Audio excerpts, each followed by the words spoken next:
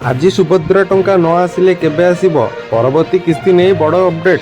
आज जो मानक सुभद्रा टंका मिलिबो सेमानकु केबे टंका मिलिबो बोली द्वंद्व सृष्टि होईछि। जानंतु कोन रहिछि गाइडलाइन। आज जो मानक सुभद्रा टंका मिलिबो सेमानकु केबे टंका मिलिबो बोली द्वंद्व सृष्टि होईछि। जानंतु कोन रहिछि गाइडलाइन।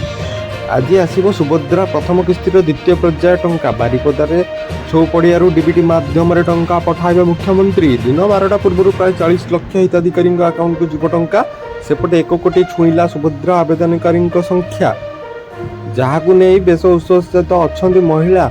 आज अधिकांश महिला खाता को सुभद्रा टंका आसीथिबा बेले अनेकଙ୍କୁ ଏହି टंका मिली नहीं, जहां नहीं से द्वंद्व अछंती।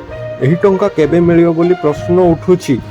पूर्वर उपमुख्यमंत्री प्रभाती परिडा देइतिबा सूचना अनुसार महिला दिवस मार्च 8 अर्थात आज पर आवेदन करुवा महिला मानक सुभद्रा योजना लाभ निश्चित भाव मिलिबो। सुभद्रा टंका पई आवेदन करबा निर्दिष्ट कौन समय सीमा नहीं।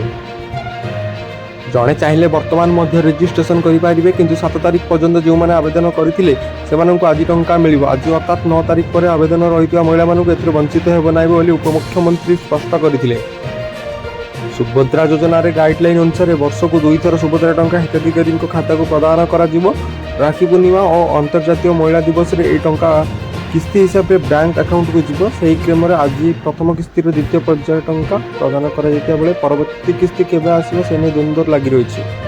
अर्थात आज टंका पाई नथिबा महिला माने मार्च 8 रे सुभद्रा प्रथम किस्ती और द्वितीय किस्ती मिसिकी पाई परिबे। जो माने डिसेंबर पर्यंत आवेदन करिथिबे सेमाने मध्य प्रथम किस्तीर लाभ पाई परिबे। जो महिला मानक खाता को प्रथम किस्ती भाव 5,000 टंका आसीछि, सेमाने द्वितीय किस्ती भाव में मार्च रे 10 टंका पाइबे।